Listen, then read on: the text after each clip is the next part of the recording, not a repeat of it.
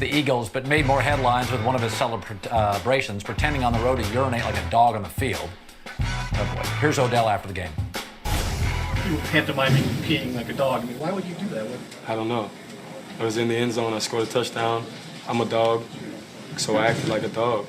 I don't really know. I didn't know if the rule book said can't hike your leg. He said I peed on somebody, so I was trying to find the imaginary ghost that I peed on. In your opinion, that's all right with you? You don't think it's anything wrong with it?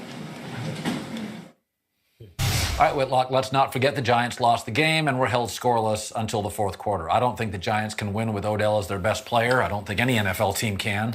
Nothing against guys who catch the ball. Whitlock, you agree? Can't is a strong word. They did last year win with Odell. I think he makes it harder. And I think the more of a star he becomes, the harder it becomes. I think that Odell is like the guy we were talking about previously that's in the Oval Office. He is what he is. He's going to be up and down. He's peeing like a dog on one deal, then he's throwing up a black fist in protest on the next one. Odell Beckham is a bit unstable. I think he's like a lot of football players. When I was one, I was probably unstable too. But this is just silly, and I tend to, can't's a strong word, but he sure makes it hard. I think the Giants have a little bit of a cultural crisis here in that they've always had strong coaches, and I think they have a weak one. I don't think they have a strong leader or a strong coach. I think he's a coordinator masquerading as a head coach. You see that in college and pro all the time. And I think they generally, even when they win Super Bowls, have kind of a blue blood, defense, running game, Parcells, Bavaro. They've won championships with defensive guys and tight ends. And now they've got a star who's flamboyant, and it goes against their brand. They're not a flamboyant franchise. They've got a little bit of an identity crisis, I think, as a football team. And I think they're uneven. I don't think they have the leader. And I think they're not quite sure to do with Odell, who is one of the all-time great athletes.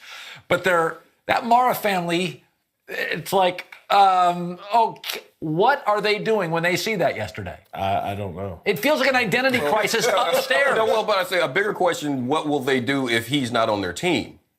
So forget that. They threw a flag. But you're saying they can't win with him as the best player. We saw what happened when he didn't play in week one. They're not good without him. You already have a bad O-line. You have a quarterback that's questionable right now, and you don't have any other stars on that offense. They need him. And a head coach that's not a genius. They need him more than he needs them, actually.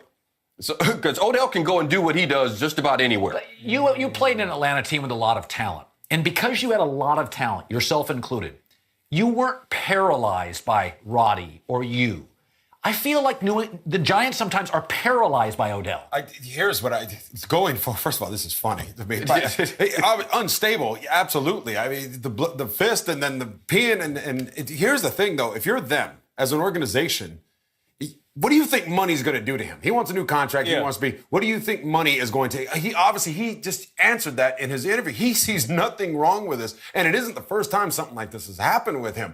If I'm the Giants organization, I'm thinking to myself, do I really want to give this guy $18, $20 million a year? Yes, because the trouble only gets worse. But he shows up and he plays and he performs and he gives you those 2 touchdowns and he makes those plays and you know you can count on that. And you're saying just accept this.